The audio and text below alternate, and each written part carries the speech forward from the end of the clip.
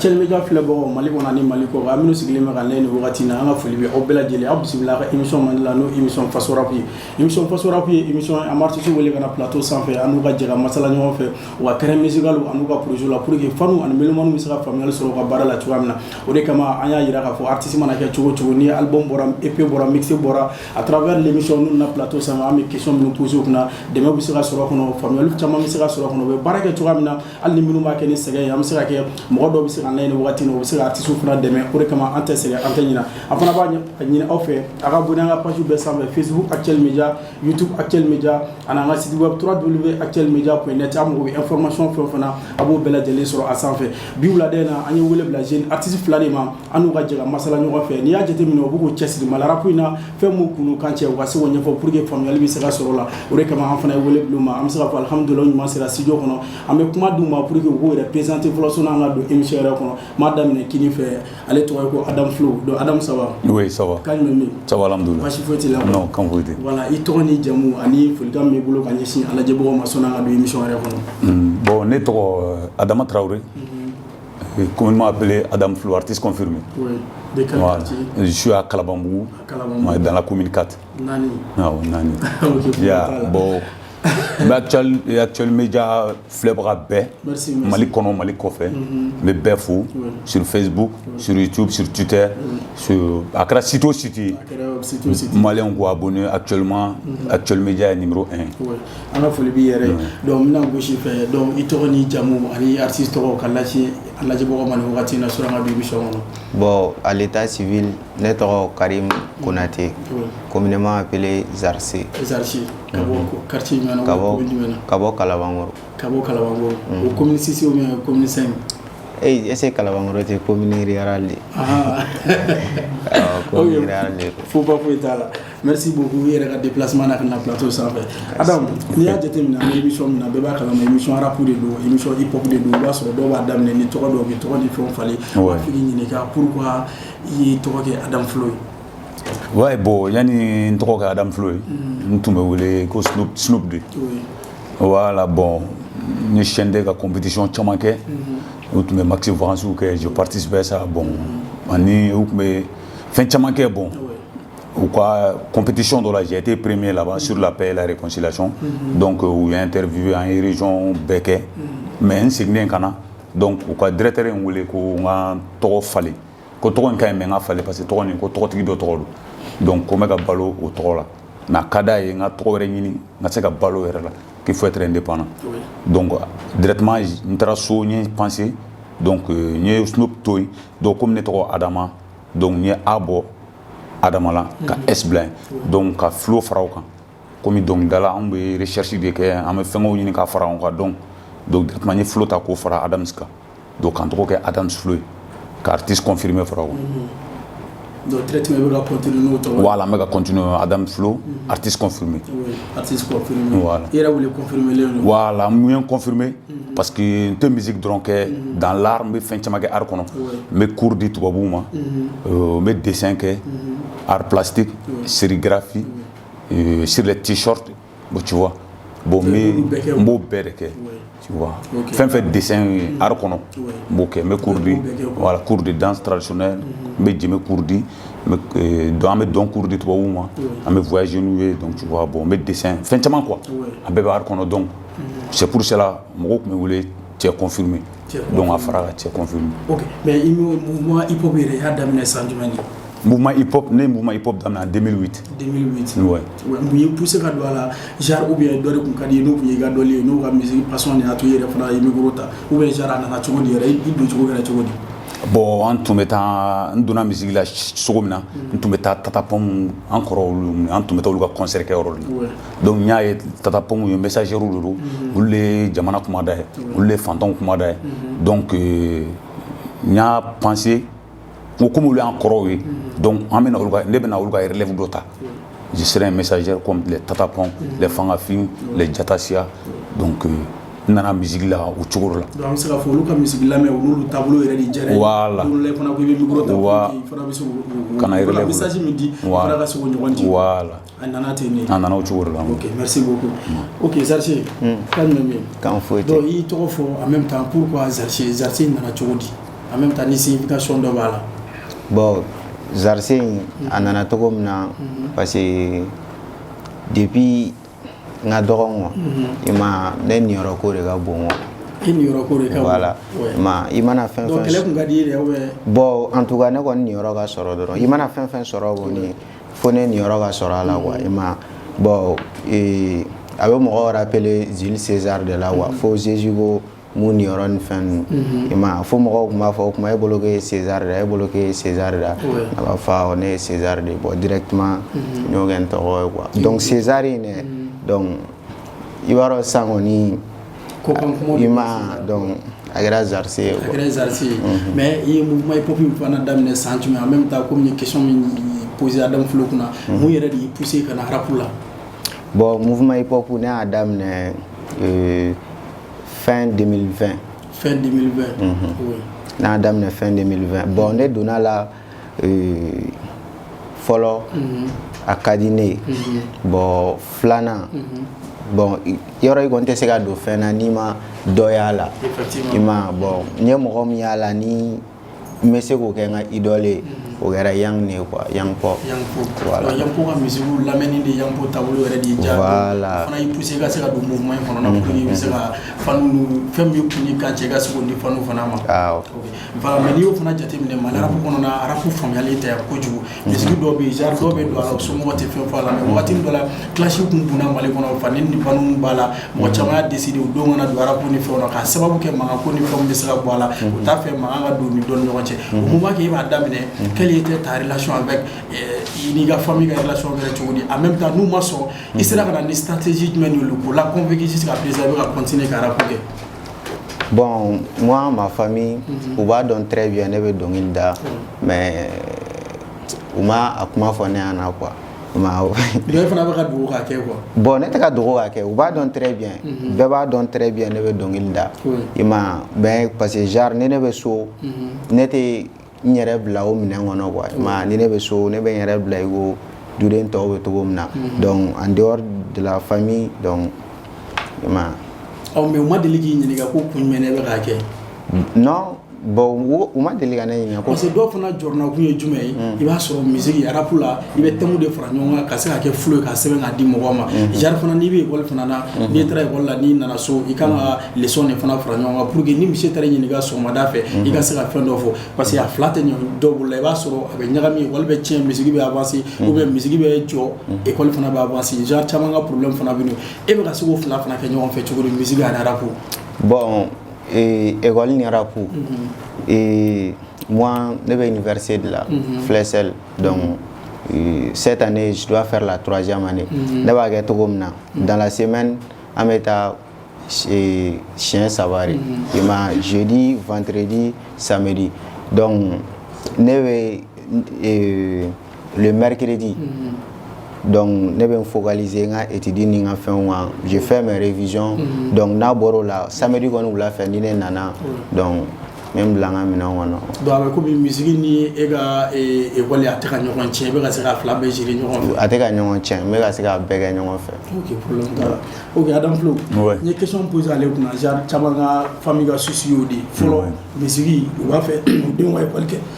En même temps, on va faire donc rap ka di aw ye hali n'o si man tɛ mais souvent a ka d'u ye pour que a ka se ka école fana kɛ mais genre i b'a daminɛ wagati min na e fana ka souci kɛra cogo di avec ta famille i sera ka na ni stratégie jumɛn ye k'u la convaincre jusqu'à présent i bɛ k'a kɛ ou bien ni mankan fana ma k'a la n'u y'i soutenir depuis au début. Ouais, bon, genre, mon père était militaire, donc il était contre la musique. Maintenant, la musique contre la main. Bon, je fais tout mes écoles, bon, je fais la musique. Mais tout mes droits à musique. Tout mes droits à musique. Tu vois. Bon, on a tout là, t'es des fous. Donc, travailler IFM, c'était à Caille. Donc, j'ai fait la formation de l'IFM. Même à Caille aussi, tout mes musique à part. Donc, bien sûr, parents à Kalam. Tu vois. Mais en 2009, j'ai fait mon premier clip. Donc, où est-ce que le clip boss, c'est moi qui parle, on en a donc, je suis en train de faire une autre chose, mais une côte au clip. 2009 clip boss. 2009 clip follow. Bon, il y a deux belles affaires, on regarde. J'ai oublié qu'il a si gars, mais fait mais m'en fous fort. Bon, on voulait, mais c'était un peu trop tard et puis ni avancé à l'école là, parce que après l'IFM, une clara qu'on a concouru avec tout. ka passer au là ka transit là. Donc j'ai fait la formation du transit en DUT aussi. Donc bon, est-ce qu'il y a flap c'est parce que déjà j'ai déjà un tout petit diplôme. Ça c'est le DEF et l'UFM. Donc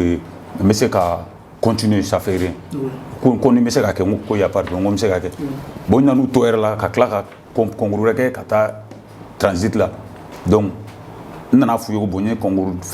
parce que nous avons fait transit formation. Comme c'est donc j'ai continué là-bas aussi à l'ITP. Donc, j'étais en DUT, donc il y a 2 ans là. Quand on fait un donc, au bel en musique. Donc, nous voulons faire la musique, donc nous tenons tien. Ni ma femme de bâtiment parce que mon femme n'a toujours été créée, mon accident été créé, mais d'autres ne peuvent pas faire nos marques fendo. Bon, ni bani mako ni mania avec un problème. Effectivement. Voilà, donc il va flabber. Mais là il démontre maintenant. Il va nous faire. Parce que tu auras beaucoup et que musique canana il a fait bon moi c'est autre mais il faut un système pour jumeni en même temps il a secret pour jumeni et bien c'est école nous qui il a IFM for il a transit for for il DT pour là mais il a secret pour jumeni pour me casser la flamme avec nous avec moi qui confirmer arco musique qu'on a en même temps il a secret kala ouais bon tu sais moi j'ai une grande bonne mémoire ne y chien que l'endroit n'était film ni fin yedron ni a iran siècle de Romado. Bon, école j'étais parmi les 5 premiers. Depuis Dona là, j'étais parmi les 5 premiers. Donc, Kalani musique, donc n'era ira sumo là, n'est à clic à dit quoi. C'est pour cela. Ne les dessins, ne me fait de dessin era, mota iranais là, ne pas hydro, ni pas reproduit. Bon, musique est final, les gars musique d'année en siècle. N'a déjà ne a yéle maniame. Mɔgɔw bɛ sɔsɔli kɛ u b'a fɔ ko nin ye karisa yɛrɛ ka sɔrɔ tɛ donc olu fana ka nɔgɔ i bolo quoi u ka nɔgɔ ne ma ni i b'a ko ji min quoi ok mais i ka musique fana kɔnɔna sisan i ka source d'inspiration ye jumɛn ye parce que mɔgɔ dɔw bɛ yen i yɛrɛ y'a fɔ cogoya min na n'i ye fɛn siɲɛ kelen dɔrɔn effectivement i bɛ se ka adapter yɔrɔnin kelen mais source d'inspiration jumɛn wɛrɛ b'i la tuguni n'i b'i ka texte n'i ka fɛnw sɛbɛn bon source d'inspiration bɛ na mais moi ma part musique kɔnɔna la musique ye dɔn de ye ne fɛ parce que n taara o ma fɔ cogo min na ala yɛrɛ de art donné garisɛgɛ la parce que ala an bɛ ka kuma min fɔ nin sisan ne bɛ se ka yɛlɛma ka kɛ dɔnkili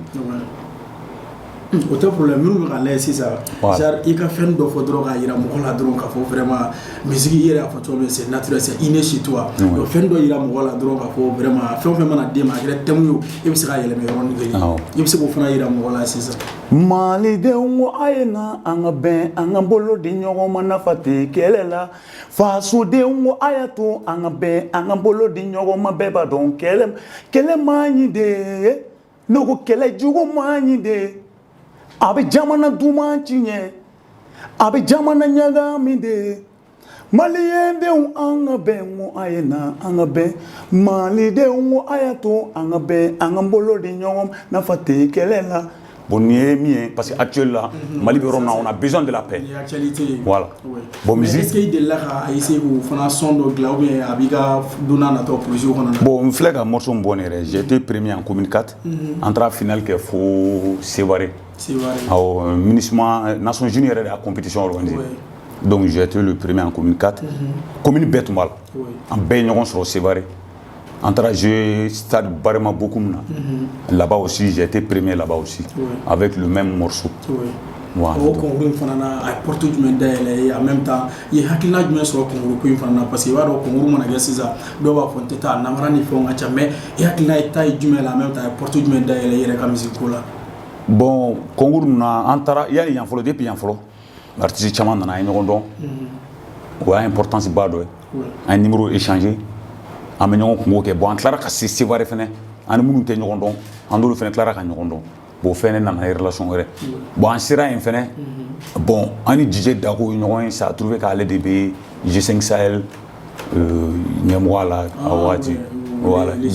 général DJ Dako donc an tun bɛ hôtel yɛrɛ min na an ka hôtel n'ale ka hôtel bɛɛ tun bɛ ɲɔgɔn kɛrɛfɛ donc an tun bɛ yen an sera yen a ye conseil fɔlɔ min d'an ma an nana mun fɛn min na an k'o kɛ an ka taa an kana yala. An ka dan bon tu vois bon belle relation doy bon nous taara tuguni n yɛrɛ tun b'a dɔn ko je pouvais être premier bon aller là-bas arriver là-bas aussi j'étais premier bon ministre mɔgɔw ye cadeau caman di yan tu vois u ye fɛn n ye fɛn caman sɔrɔ et puis n ye contact caman échangé avec des officier aussi là-bas. Wow. Ok, là ça c'est bien. Ok, Zarché. Bon, directement, moi, je suis gars, n'a soit il faut que musique d'amener comment les frontières parce qu'il va sur quartier qu'on a, comme c'est nous doivent quartier qu'on a, genre nous avec vous permettre tout trop c'est là pour que vous puissiez y tu vois maintenant avec ça porte tout chaman fana d'ailleurs. Est-ce que de là participer comme on doit là, il y a ce qui dans nous là. Bon, n'a ce qui là non. Moi, délégué participer au concours. Amandi ou j'ai ma opportunité de sortir. Bon, n'a pas opportunité sortir, mais taro mena fiena to gom na wa ane mo tiene ta wono quoi. Rebolo tiene ta wonna. Bon, ne bolo tiene ta wonna re parce en bora concours de la mame antaro be senu. Ima a vidéo be no beba don très bien qui est le premier. Mais ko fait unana ou ga mo oreta. Bon, we mu fo ko mu yan la bi ko c'est parce que ko rappeur do tira ko afara ku ga dan rom na ku ma so ga dan no bon ne ga vidéo be no ku ne ga fembe be no ku biti ma taga ina fo biti ga tagi to similaire vidéo quoi biti be gala tembe da ma bi cha ça ta une minute ibe ci quoi et ma akera très bien mais ame bo mu kala ma don jiru bora ga nu jogo no ko rappeur do bina ima donc ko rappeur do bina o keto ku bu rappeur to fo o ko rappeur keleme no o to fo quoi ko o ya keto ko su bela ko se go arranger ko me ko o ma se go arranger donc ko o be kla ko ga war do ma wa donc depuis ni o era kera neana n'était ta concours là bien ouais décourager ouais décourager mais era bulu ande ko ma ga premier donc directement les 3 premiers les 5 premiers ko on na ko au terre c'est moi le premier. C'est moi le premier. Mais au concours, je suis le thème de Kundile Noama Fenge, est-ce qu'il y a un thème là? Uma thème dit Amanga Fenge. C'est comme si ou biti sans il y a activité biti moire il m'a ou biti dima il veut chaga ni biti mataki to ni afora ni ga minti bana donc yoro gangi jo donc ni terminal don ogoro ke perdre là ima donc an tira autogore là mais il a musique d'amener comme il a fait d'amener fin 2020 faut assez bima est-ce que mixtape do bi bolo bien EP ou bien album do bi bolo. Bon, mixé pour EP un album. Bon, pour le moment, EP Kelen de la série A. Série A. Série A, il faut au sur la Tchouoli. Bon, série A, il faut sur la Tchouoli, on a passé des films neuro quoi. Parce que nous dans EP Indorama, nous avons EP une série A bossant. Donc, Najara, mais c'est que mixte pour série B fin voilà mais c'est elle était moi voilà mais en même temps musique fana corona il va donc genre awara pour ni fonge au début c'est pas du tout facile ni agence de communication mais label dollar ou bien manager doit qui vouloir mimi de mes cabara les gars font tableau là al studio ko là il sera problème sur là est-ce que au début il y a problème dans sur le niveau du studio il y a son boîte ou bien prestation de concert qui aura ni fona. Bon, manager bénévolo, nega manager Stéphane, allez nega manager ma, donc gelaté moi, gelaté. Depuis na y mouvement de fond d'amener donc gelaté, il m'a ouvert ferme na abidja boulot baroque et n'importe fait. Ima. Mais si staff d'offre na bi boulot, il a cola donc en même temps créer concert à créer fin, il nous l'oblige à baroque et n'importe fait. Soit il m'a dit à concert organisé follow. Bon, m'a dit à concert organisé, même baron avec Stéphane à Kaïmo. Donc, la donna natola, il m'a mais concert que Euro fana, j'ai une prestation qu'on y fait aussi y glace au niveau de fana. Parce que artiste chamta concert ni fana wa fana, moi c'est apprécié. Chambe dit que tu m'as mis car on va t'avoir nous ludo. Comme le de la qui serait carré d'amener comment il s'achète. Non, on m'a délié ne sort. Il m'a ne veut pas prester. Faut n'ergo aina prester ne veut pas sowa. Sinon ne veut pas prester. Faut être moi. Faut être. Mais il y a une fois qu'on mixe des petits boulots, mais épée d'obé boulot sera nakana. Mais il y a morceau de nouveau, il y a morceau de nouveau avec un boulot en même temps. Il y a musique de ces morceaux chamon fana bibola. Ouais, morceau de man mémoire. Mais il y a boulot de avec un boulot c'est ça pour se faire. Bon, si c'est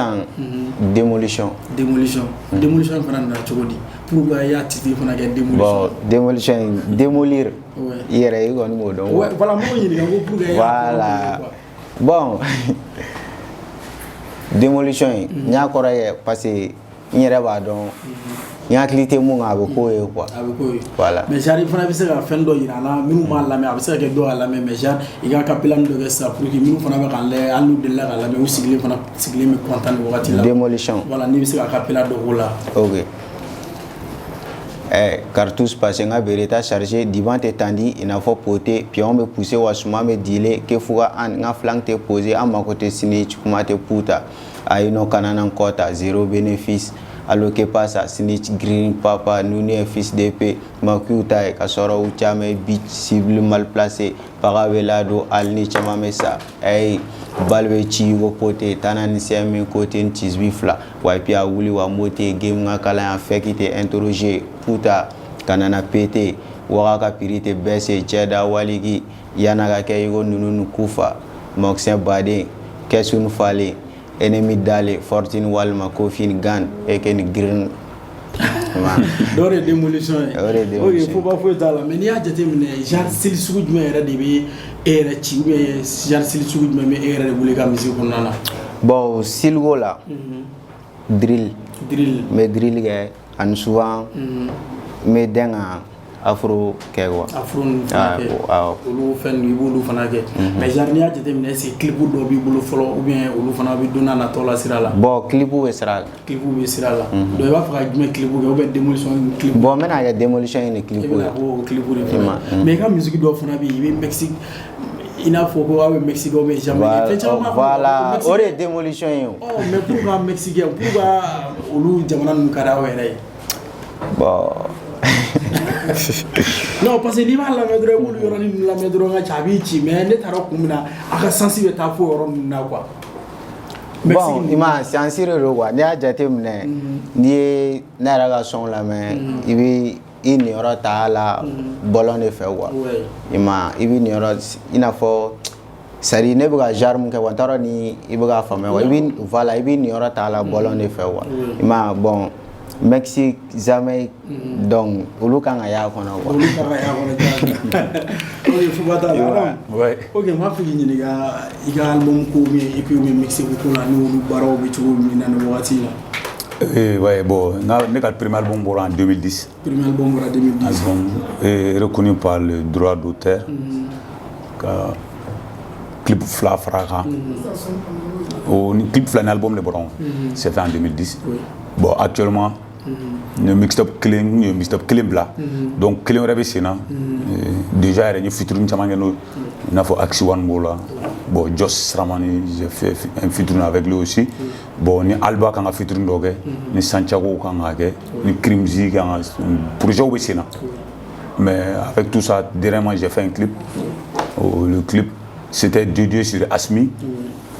Mali actualité là je pense clip a bɛ ka vue kɛ parce que son yɛrɛ dama bɛ 100 000 et quelques vues là mais clip fɛnɛ bon mon tɛ se ka fɛn fɔ la actuellement son clip kɔni i yɛrɛ y'a fɔ ko premier album bɔra en 2010 album fana na i y'o kɛ ni morceau joli ye en même temps o hakilina nanina cogo di ka se ka album kɛ o wagati bon o wagati la an tun bɛ groupe dɔ la groupe in tun tɔgɔ de Lakika Ghetto o y'a sɔrɔ Ghetto Kafri bɛ yen GRR bɛ yen tu vois bon groupe in ko ye Lakika Ghetto ye mais c'était composé des éléments seulement de la commune 4 voilà ka daminɛ Jikɔrɔ ni Amdala Lafɛbugu bon éléments in bɛɛ tun constitué len b'o la mais actuellement olu bɛɛ kɔni y'a bila mais o y'a sɔrɔ an bɛ groupe in na donc ne tun bɛ ka baara kɛ individuellement donc parce que ne y'a bila n kunna groupe ko don mais on ne sait jamais il faut faire quelque chose fɛn dɔ kɛ k'a bila peut-être ni groupe ko dabilara il bɛ se ka continuer mais ni voilà mais ni continuer groupe ye ni groupe cira si tu n'es pas polyvalent i tɛ se ka foyi kɛ i bɛ jɔ bon ne y'o kɔni idée ta n yɛrɛ bon ne tora ka album préparer kelen kelen farafinna lolo mɔgɔ studio la bon fo n nana 12 titres sɔrɔ a la o y'a sɔrɔ mɔgɔ si t'a kalama mais bon kɔfɛ n nana clip de daminɛ groupe sɔrɔla k'a dɔn o la ko n bɛ ka fɛn dɔ kɛ mais n y'u wele k'a f'u ye n ko o t'a yira ko groupe bɛ ci an bɛ baara kɛ ɲɔgɔn fɛ mais n bɛ ka fɛn dɔ kɛ k'a bila on ne sait jamais donc n ye clip filanan kɛ clip fɔlɔ kɛ ka filanan kɛ donc k'o fara album kan bon sisan n passera chaîne 2 la n ye Kojo ɲininka mama bon ne bɛ fɛ ka album bɔ mais a stratégie bɛ kɛ cogo di bon Kojo ko k'a bɛ n bila ka taa dɔ fɛ yen Jelibugu la ko Baru bilen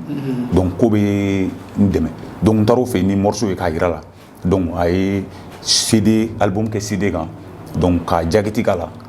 k'an bila ka taa droit d'auteur la pour que ka taa déposer voilà ko n ka taa n'a ye bon n taara droit d'auteur la olu ko ma ko an bɛna combien CD dilan bon n k'a ma an bɛ fɛ ka CD 1000 dilan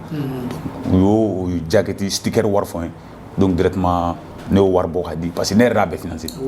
ne y'o wari bɔ ka di o waati y'a sɔrɔ manager t'i la ou bien non o y'a sɔrɔ o manager tɛ n na manager foyi tɛ n yɛrɛ de bɛ n ka fɛn bɛɛ financer n yɛrɛ parce que n'i y'a mɛn mɔgɔw bɛ dɛmɛ o ka sɔrɔ i yɛrɛ ye fɛn dɔ kɛ effectivement donc ne taara ka o jacket wari sara donc ko n ma ko n ka na ni 2000 ye ani photo den 4 k'u bɛ droit d'auteur carte fɛnɛ dilan ka di yan donc n y'o fɛnɛ sara donc n y'o dilan ka di yan donc album bɔra 2010 là c'était un 30 mai 2010 donc ala ye n kunnaja album bɔra 1000 min bɔra donc concert yɛrɛ don fɔlɔ den 500 sanna la donc comme mɔgɔ yɛrɛ ka wari tala n yɛrɛ ka wari de b'a la bon n ma jɔrɔ o kɔfɛ n wulila ka don n bɛ faama mun dɔn donc n taara yira yɔrɔw la donc u ye caman san pour que album ka se ka pour que album bɛ se ka san cogo min bon dɔ ye idée dɔ di yan ko n ka podium dɔ organiser donc ko avec ça ko n bɛ se ka album feere yen fɛnɛ donc n ye podium dɔ organiser Kalabanbugu Balontan terrain na donc n ye homme cadre caman wele ka na donc a don mɔgɔw ye caman sa parce que n tun bɛ ka CD ni feere 400 ah donc podium yɛrɛ don u y'a essayer ka podium CD fana feere voilà pour que a tɔ bɛ se ka san cogo min donc an ye podium organiser donc o don n ye album tɔ feere podium yɔrɔ la. O album fana c'était composé de combien de titres? C'était composé de 12 titres. 12 titres. Album fana tɔgɔ tun ye jumɛn? Album titre tun ye musoya ye. Musoya. Pourquoi i y'o son fana dédié parce que n'i y'a mɛn muso o muso a bɛɛ muso de. Pourquoi i y'o titre fana dédié ka kɛ musoya ye? Oh parce que actuellement diɲɛ ko bɛɛ ye an balakaw ye munna an bɛɛ bɔra muso de la. Ni muso ɲana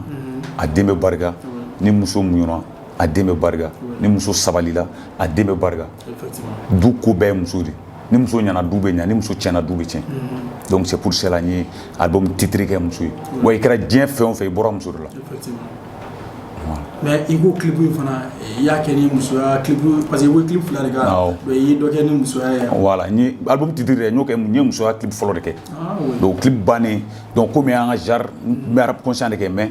n'a ma ɲɛ i ye mɔgɔkɔrɔbaw ka part kɛ au moins il faut i ka génération ta kelen kɛ n'olu fɛnɛ donc directement c'est pour ça n ye clip kɛ fila ye ka kelen kɛ rap conscient ye ka kelen kɛ gang ye.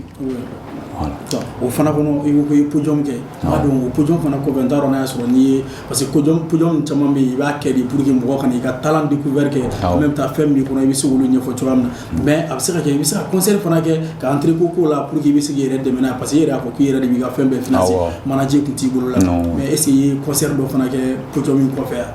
Bon yanni ka podium yɛrɛ kɛ ni concert fɔlɔ de organisé. Ye concert de kɛ fɔlɔ. Voilà donc ka taa ni album ni donc a don n ye Ghetto Kafri invité ka Gérard invité bon n yɛrɛ ka groupe tun bɛ ne tun ye Lakika Ghetto ye ka Tondibi n t'a dɔn n'a sɔrɔ je pense que Yakli bɔra voilà Alphonse donc n ye Alphonse nu invité ni mɔgɔ caman ye invité ka na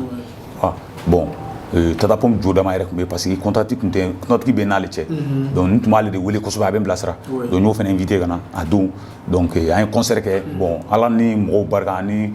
an yɛrɛ bangebagaw mɔgɔw kɔni bɔra parce que dɔw yɛrɛ den 10 san dɔw ye den 20 san donc an sera voilà donc pour que k'an soutenir donc album an sera ka den 500 feere o yɔrɔ la donc kɔfɛ de sa bon rappeur minnu bɛ yen bon Ghetto Kafri la ni Memo de tun ka di kosɛbɛ Memo ko ma n terikɛ concert organisé an bɛ ɲɔgɔn dɛmɛ ka fɛn tɔ feere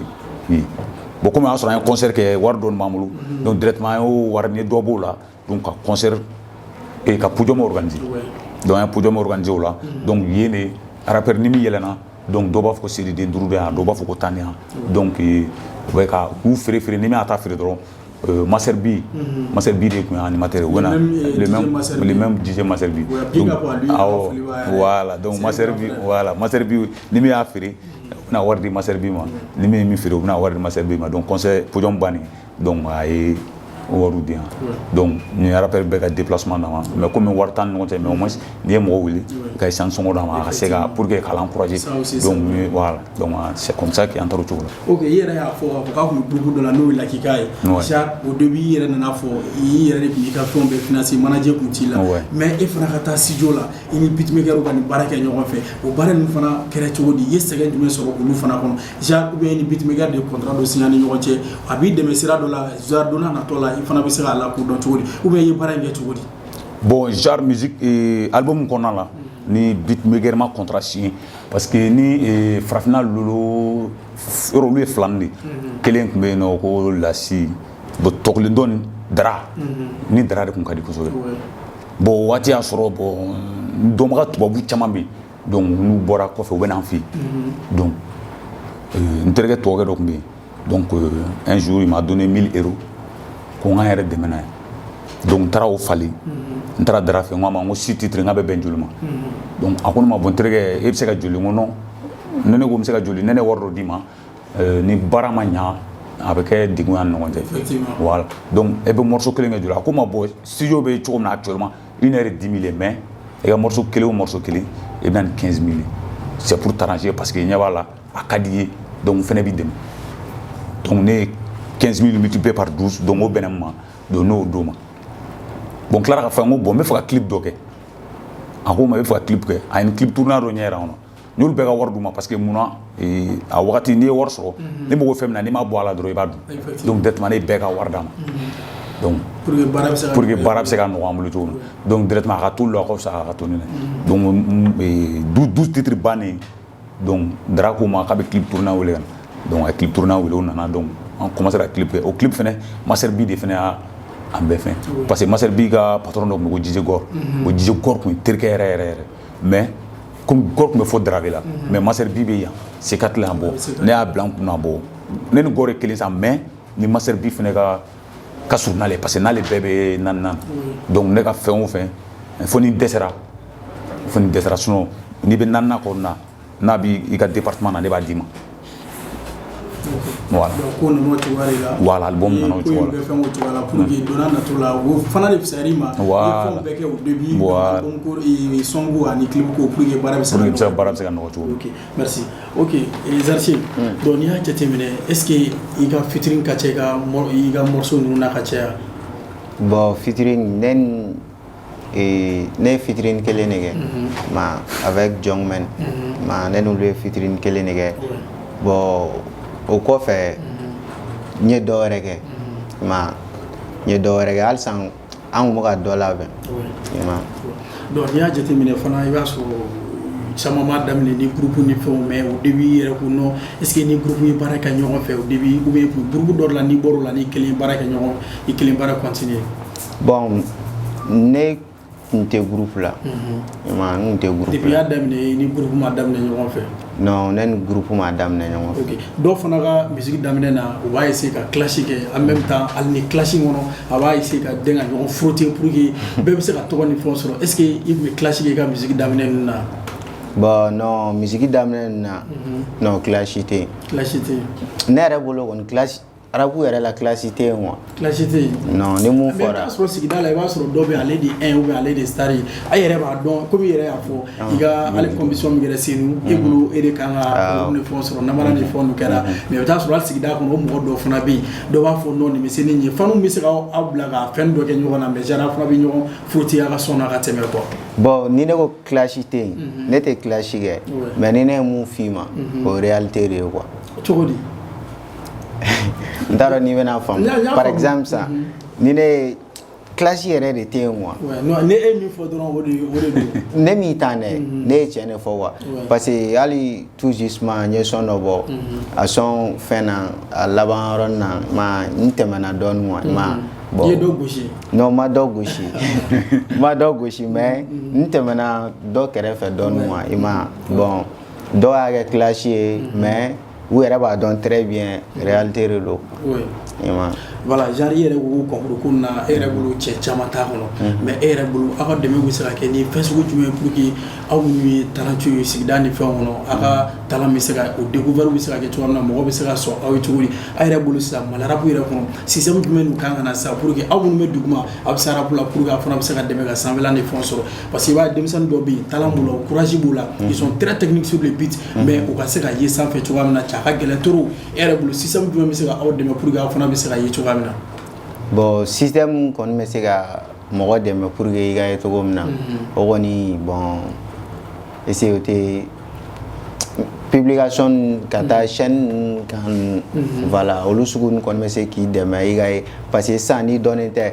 plateau bɛ plateau la mɔgɔ si tɛ n'a fɔ k'i ka taa yen nɔ i ma donc et pourtant talent b'i la a ka gɛlɛn i ka taa quoi mais ni avec tes publications et puis il a fait un rôle donc dop se gaé a tigi ba fo tiana tala men tigi la tigi be do nyona wa o to la o tigi be tani plateau ni fenga il va se gala elle était à travers il ko fen na voilà be se ga fon mutima il ga kuma photo ni ga technique ni fa tigi ta recherche ki ga o fana be se ga sanga woron fana dima to OK ni o jate min sisa ere o fo olu fana kan ga se ga pour que a be se ga baraka to am mais ni ya jate min an artiste do fana be il va soro o ere bulu olu ka toy ou bien o ere ga réseau ko o ere ga publication ni font que c'est bien à Kaouma mais il va soro par exemple une agence de communication de Boré no so bien label est-ce que tu pourras signer le contrat avec lui pour de mes cabarets fanana non bon aish o pourquoi on dit non bon neni nga manager o ga ban label ko goni o la fo an manager bo kuma ge yema mais si ni manager fana sona jar ale fana ba yi a be se ka ideme a be se ka baraki donc i ka to label lo bi agence de communication o ka sigi deme ni ka baro ne bulu yakilata be se ka ke muye fana o yoro la bon ni manager sona o goro ko akan parce que ne ba don très bien avait fait amago be fait d'or là quoi il m'a donc atina na srajugu do ne koro quoi il m'a donc ni ay label soit femme fort donc si c'est bien il m'a problème tala il faudrait se rassurer mais j'arrive à ira au début ko yampo de ka silu ni yampo ka fon kadi est-ce que il yampo de la ka grenne ona ka son donc ou bien à ko bon non nena ma deli ka grenne ona ka fon mais mbaro donga jan avec na ko oui akadi fona ina ka fitring fona ko nke aw yampo kadi ina ka fitring ke o problème fo tala alni ataka sini wakati ne ba soro mo be soro ni fana ba faena donc ko dobi ka sinna ka fon kadu alo be sa fitring ke to amna ni ala soro dona na tola amok mo fana fo nyoko yana quoi OK jariya fo bo ep na to bi bulu iko klibu ni fon fana bi iko mi concert ke mais est-ce que concert dobi kuna ni wakati na parce que ya ko ya dam fin 2020 fo ka se bima ima o concert ni podium ke folo mais est-ce qu'il va faire podium do dima 2022 ngono pour que gasi la fanu fana ni misi wo sebe ka bara mi gal sa wo se ta a concrétiser ire nyana face à face ya bon 2021 ere do gono ko wengo ma 2022 no gono ko wen parce que fin 2020 bon wa soro examen ko mesena bon ima bon la podium ni concert no ma no gongo ima donc si ça on ni examen ting foité mais 2022 la ko wengo OK mais jar fana nyadam ni ga sous d'inspiration avec musique sur tout da ka texte sur jar e fana e ka inspiration be bo to di ka texte di penseur parce que mo me bagi ni fon fana sur ka te wala e ku sangala na yere afa be université la o ba yira atigi ngolo fendo ba ngolo kono en même temps ka inspiration fana kay donc e reflète to amna te très talentueux era fo talent fo mila e ka sous d'inspiration me bo to di en même temps bi ka musique ni seben to di mune be na ni e qui pousser pour ka texte duma seben ga diga fon mo no ki fana certifié bon yani ne ka texte semaine ne be analyser le ka wa ima ntai ngono ni ne be wa ima donc ne be nga musique seben tene ani yankan fene quoi ima ngolo kan parce que ni ne sigi ma ne sigi ne action mu yoro action jamais se ga passer yana sa mais pour que iga se ga a ben iga mesurement donc figa à analyser le quoi parce que il va jater maintenant son non ne be se ga mesurer kelen fo mais do bet album bo akono parce que il be se ga mesurer kelen la akoro ga chan quoi ima mesure kele ou se ka fait chama bare dima mesure kele avec se ka fait chama bare dima ima o ere bulu sisa ere ko ki kungolo kai o jar dona na tola adam ye sondo ge sisa na fo mali bi tuba mina gelani fon la peine de réconciliation ka se da parce que ni artiste fona jate mina am se ka fo aba ka bi am se ka fona wole vous êtes des vecteurs de communication pour que afana be fe mu fo am se ka du fona don fe am se ka ke et fin fana pour que famille bi se ka so ala tuba mina era bulu idela ko son nu ke bien dona na tolo son mi kono ka se bulu fona da bon de la a son oge mais mena a dore ke tugunwa sinon de la a son oge au son basé le mejuanga bon a son basé no actuellement Mali ere de kan wa ma basé no Mali ere sana mari kan parce que a son bora saloni ima na son bora saloni mais n'i y'a jateminɛ sisan aw yɛrɛ b'a fɔ ko bɔlɔn kɔnɔ a ka son caman ye bɔlɔn kɔnɔna ni fɛnw mais pour que bɔlɔn fana ka di aw ye trop aw yɛrɛ bolo sisan en même temps n'i y'a jateminɛ n'i ye bɔlɔn sɔn ninnu ta i b'a sɔrɔ 100% na 80% ni bɔlɔn sɔn ninnu bɔra dɔrɔn mɔgɔ bɛ girin o kan i b'a sɔrɔ dɔ bɛ sɔn dɔ da sɔn engagé a sɔn ninnu a bɛ se ka kɛ fɛn ye hali président bɛ se ka tataw ni fɛnw ta la k'a fɛn ye mais e yɛrɛ bolo sisan pour que aw ka sɔn ninnu kifilen don ka tɛmɛ sɔn ninnu kan bɔlɔn sɔn kifilen don ka tɛmɛ olu kan. parce que an ne ka jow ka ca an ne ka jow ka ca i ma parce que i b'a dɔn sisan an bɛ moment min kɔnɔ sisan i ma bon génération de don quoi i ma donc n'i y'a essayer ka wuli n'i ka génération ye a bɛ wuli ɲɔgɔn fɛ i ma bon n'i y'a essayer k'i bɛ na baara kɛ ni génération wɛrɛ ye quoi i ma bon i kɔni génération wɛrɛ bɛ k'i fɛ mais n t'a dɔn ni i ma i ka génération bɛ k'i fɛ ka tɛmɛ olu fana kan parce que i bɛ ka min da i b'a sɔrɔ i bɛ ka k'olu ka génération voilà i ma i bɛ ka mun da san ne m'a fɔ ko ne bɛ n ka siɲɛw bɔ bɔlɔn kɔnɔ i ma donc ni ne ye n taw bɔ bɔlɔn kɔnɔ san o bɛ diya parce que bi bɔlɔn kɔnɔ mani ka ca i ma o foba t'a la donc n'i y'o fana jateminɛ tuguni misiko fana na i b'a sɔrɔ bitimi artiste bɛ yen kuma bɛɛ a bɛ bitimekɛ dɔ de jateminɛ ani min bɛ se ka baara kɛ ɲɔgɔn fɛ genre dɔw yɛrɛ b'a fɔ ni artiste nɔgɔlen bitimekɛ kelen na dɔrɔn i b'a sɔrɔ ko fɛn t'a kunkolo kɔnɔ mais e b'o yɔrɔ la e ni bitimekɛ jumɛn bɛ baara kɛ ou bien soit e fana bɛ bitimekɛ kelen de bolo ni o b'i ka baaraw bɛɛ kɛ. bon fɔlɔ ne tun bɛ taa ne taara n ka prise fɔlɔ kɛ Gabi de fɛ yen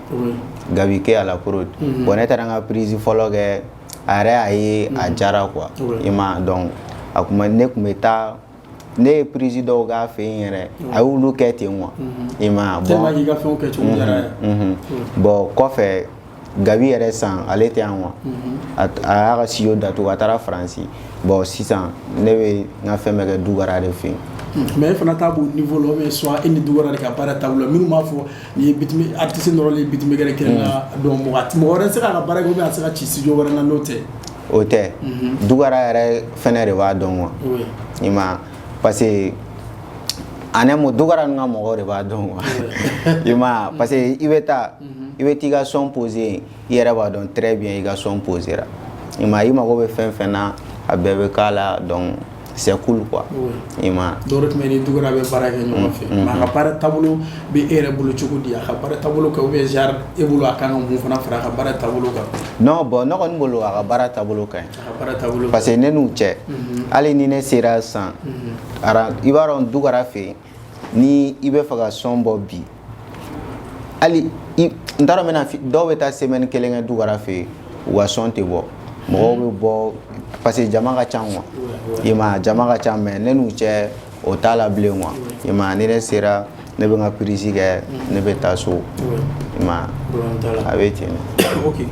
Adam Flow donc n'i y'a jateminɛ i ko mixtape dɔ b'i bolo kana ou bien EP de don. ouais mixtape i bɛ k'olu baaraw fana kɛ cogo di en même temps i b'a fɛ k'olu bila wagati jumɛn na pour que faniw fana bɛ se k'o sɔrɔ.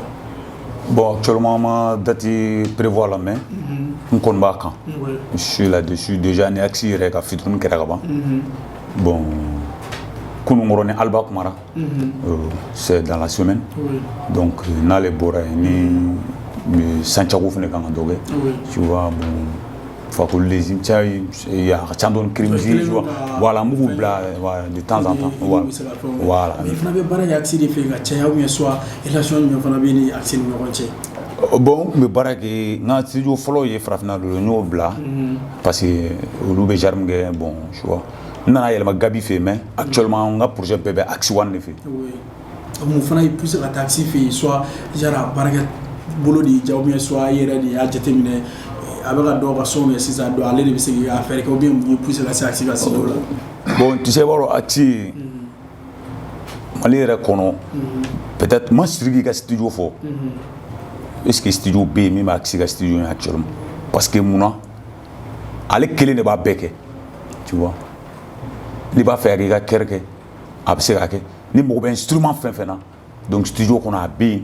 ale de b'a kɛ bon c'est un producteur professionnel parce que mun na studio dɔw bɛ yen i bɛ fɛ ka taa yen n'i mago bɛ instrument traditionnel dɔ la f'i ka mɔgɔ wɛrɛ de wele min bɛ na ka n'a fɛn studio kɔnɔ bɛ taa sɔrɔ beatmaker bɛ yen a ka ɲi très bien mais i bɛ taa sɔrɔ a bɛ se FL la ou bien Cubase dɔrɔn tu vois donc ale bɛ se k'o dɔrɔn de kɛ mais a tɛ se ka fɛn wɛrɛ kɛ a tɛ se ka guitare fɔ a tɛ se ka fɛn wɛrɛw kɛ quoi mais pour que i ka studio sɔrɔ et être professionnel f'i yɛrɛ ka se ka nin fɛn ninnu bɛɛ kɛ pour que k'a yira i yɛrɛ ka artiste la ko tu es professionnel donc depuis ne baara daminɛ Axi fɛ yen n ma taa mɔgɔ wɛrɛ fɛ yen wa n tɛ ala deli ka taa mɔgɔ wɛrɛ fɛ yen. On est question posée Zarche kuna minnu b'a fɔ artiste bɛ nɔrɔ beatmaker kelen min na i b'a sɔrɔ fɛn caman t'u kunkolo kɔnɔ ou bien u tɛ se ka baara kɛ beatmaker kelen fɛ i fana bɛ se ka mun fɔ o yɔrɔ la c'est pas ça ou bien e yɛrɛ bolo a bɛ se ka kɛ mun de ye. Non c'est pas ça artiste n'i ye baara kɛ i ka producteur bɛ baara kɛ ko kunkolo t'i la non o tɛ parce que artiste ni producteur aw bɛ compétition de la aw ni ɲɔgɔn cɛ mais caman de t'a dɔn. Parce que n'i ma baara kɛ i ka producteur tɛ se ka baara kɛ ou bien n'i ye baara kɛ i ka producteur a bɛ baara kɛ mɔgɔ min bɛ musique dɔn n'a y'a lamɛn u b'a fɔ ko nin dɔnkilidala nin kama baara kɛ mais k'a ka producteur de baara kɛ kosɛbɛ donc e de b'i jija kosɛbɛ n'i y'i jija i b'a ye i ka producteur fana b'a jija a b'a fɔ ko bon nin ye baara kɛ ni ne ma baara kɛ directement ni mɔgɔ min bɛ musique la a b'a fɔ ko nin dɔnkilidala bɛ se baara la n'a ka producteur. C'est vrai. Voilà. Ok, n t'a dɔn ni folika laban min b'i bolo sɔnni ka bɔ émission kɔnɔ en même temps ni kuma b'i bolo n'i bɛ se k'o fara a fana kan pour que fanu fana bɛ se ka faamuyali sɔrɔ kuma min ɲini ka se émission kuncɛ yɔrɔ la. Ouais. Bon n bɛ ka segin ka Actuel Media baarakɛla bɛɛ fo ka daminɛ sanfɛ fo duguma n bɛɛ fo o kɔfɛ n bɛ n dɛmɛbaga bɛɛ fo n bɛ bɛɛ fo n bɛ Falajɛ Popsi fo kɔsa n'a bɔra ka 4-4 kelen ni yan donc n b'a fo. n bɛ Cheikhna Kamara fo mobili feerela don c'est-à-dire dɛmɛbaga ka ca quoi n bɛ aw yɛrɛ fo merci n bɛ nin yɛrɛ fo u b'a fɔ ma Awa Keyita an ka madame don mais a fana bɛ n dɛmɛ kosɛbɛ musique la parce que n ka studio wari caman yɛrɛ bɛ yen donc a bɛ to k'a di yan non ale kan ka fo yɛrɛ de voilà donc ale tɔgɔ Awa Keyita donc n b'ale fana fo donc mais sisan ka bɔ fana ni ma fisali dɔ fana di fanu fana ma ka émission kuncɛ n'o yɔrɔ fana ye. ouais bon ni genre min ka di n'i y'o fɔ n bɛ taga n'o ye. genre min yɛrɛ b'i ci i yɛrɛ b'a dɔn min bɛ se ka fɛn kɛ kosɛbɛ komi i ye dɔɔni da o kɛra la peine ye genre système dɔ bɛ se ka o y'a sɔrɔ i b'a fɛ ka fɛn wɛrɛ fɔ min fana parce que i yɛrɛ y'a fɔ souvent i bɛ bɛɛ ta d'a ma i bɛ conseil ta d'u ma minnu fana bɛ ko wɛrɛw kɛ i b'olu fana ta d'u ma genre i yɛrɛ bɛ se ka dɔ jateminɛ ka fisali dɔ k'o dɔrɔn. bon genre dɔ bɛ n bolo Mali kɔnɔ yan ne kelen pe dɔrɔn de b'a kɛ mɔgɔ tɛ yen min b'a genre kɛ n b'o genre kɛ k'a yir'i la i ka dɔn ko min don. Gangstaw bɛ min nka jobaw bɛ min nka nɛgɛziw bɛ min nka ojiw bɛ min bɛɛ k'i bolo wuli cɛ bɛɛ k'i bolo wuli bɛɛ ka tɛgɛ fɔ n ko jama bɛɛ ka tɛgɛ fɔ ne y'i saraka bɛnniba de b'i faga ne y'i saraka laturu de b'i faga ne y'i saraka gɔnpiɲɛ de b'i faga ne y'i saraka tɔgɔfɛbila de b'i faga ye ala ka taa suma ɲaga ala ka barika don sitanɛ la sinon bɛɛ bɛ taa yɔrɔ dɔn rappeur Soma Mali bɛɛ ne kelen pe. Bon comme musique ni kɔnɔna la fɛn dɔ b'a kɔnɔ n t'a fɛ k'o bila Actuel Media ka site kan sinon actuellement ne bɛ wele ko rappeur Soma. Foba foyi t'a la, i ye gangsta fana ye. Voilà tu vois. Foba foyi t'a la Adam Zarche i ka kumakan laban ani i ka fisali laban sɔnni an ka bɔ émission kɔnɔ. Bon n bɛ bɛɛ fo n bɛ n dɛmɛbaga bɛɛ fo n bɛ n teriw fo parce que u ye n dɛmɛ kosɛbɛ i ma n bɛ n ka manager fo. Ma yɛrɛ fo Actuel Media ani fɛn fɛn bɛ ka an layɛ nin wagati in na ma bon n bɛ freestyle min fili I know she like my vibes but I don't know why she cannot be guy hey u ko k'u ye Gigi mais terrain ka an de b'u green pa an n'u tɛ ɲɔgɔn ye negela kama ye pusili jigin u kɛlɛ ko muano u kama n ka bali tɛ ci n tɛna kɛ memo Tizate na ne la bi Phantom Maréchal u bɛɛ de bɛ diba ka mara la i n'a fɔ Devon tɛ la Enigi nka dusubali jɔlen ni tɛ nka wa kesa bɛ n bolo Yuka ni Likidi a tɔnɔ de kama san kɔnɔ mami bɛ goro wo i n'a fɔ Pablo nka nin ma ka tɔnɔ da sara la fɛki ma nka nin ma ka tɔnɔ da jaga la fɛki ma sara ta DG bɛ yɛlɛ la a tɛgɛ bɛ paga kan Jazan wolo dimi na mais woci man bali ka DM Ok, faut pas fouiller ta la donc il y a fait ça là-bas. Alors faut bien faire un déplacement dans l'émission sans faire. Anyo de fois façon rapport sigler nous rappel bere kama ou mo ko fa mu na pour que en fana bi siga o découvert que ga ira mo la to gamina anga faut bien exercer yere ka bo fo kala bangoro kana plateau ça va anga faut bien en même temps ni mo bi la ibi sur Facebook ni YouTube ni be sans faire. Donc nous a tapé exercer de rebe solo. Ah ouais, be solo. Ok, problème fouiller ta la donc ta YouTube ni Facebook ça fait wati ga fon la je iga baraga no la iba ga baram fana ke ga duma dona na tolo so famia adam flow fana bete YouTube ni Facebook ça fait wa taper drone ou mo biga projet na bebe so ok ama foli ba bela jeli amunu musigile me kan lene wakati na ka émission mandila fasora pour ka damine mali kona ni mali fantan na ni bela jeli ni mali kofe anga foli ba o bela jeli émission fasora pour bete me actuel media ça fait dimanche pour que amartisu wele kana anu ga jega masala nyo fe wa ko fem nu mu kono ka so nyefo ama fo ala ga be jien wakati wara na actuel media ça fait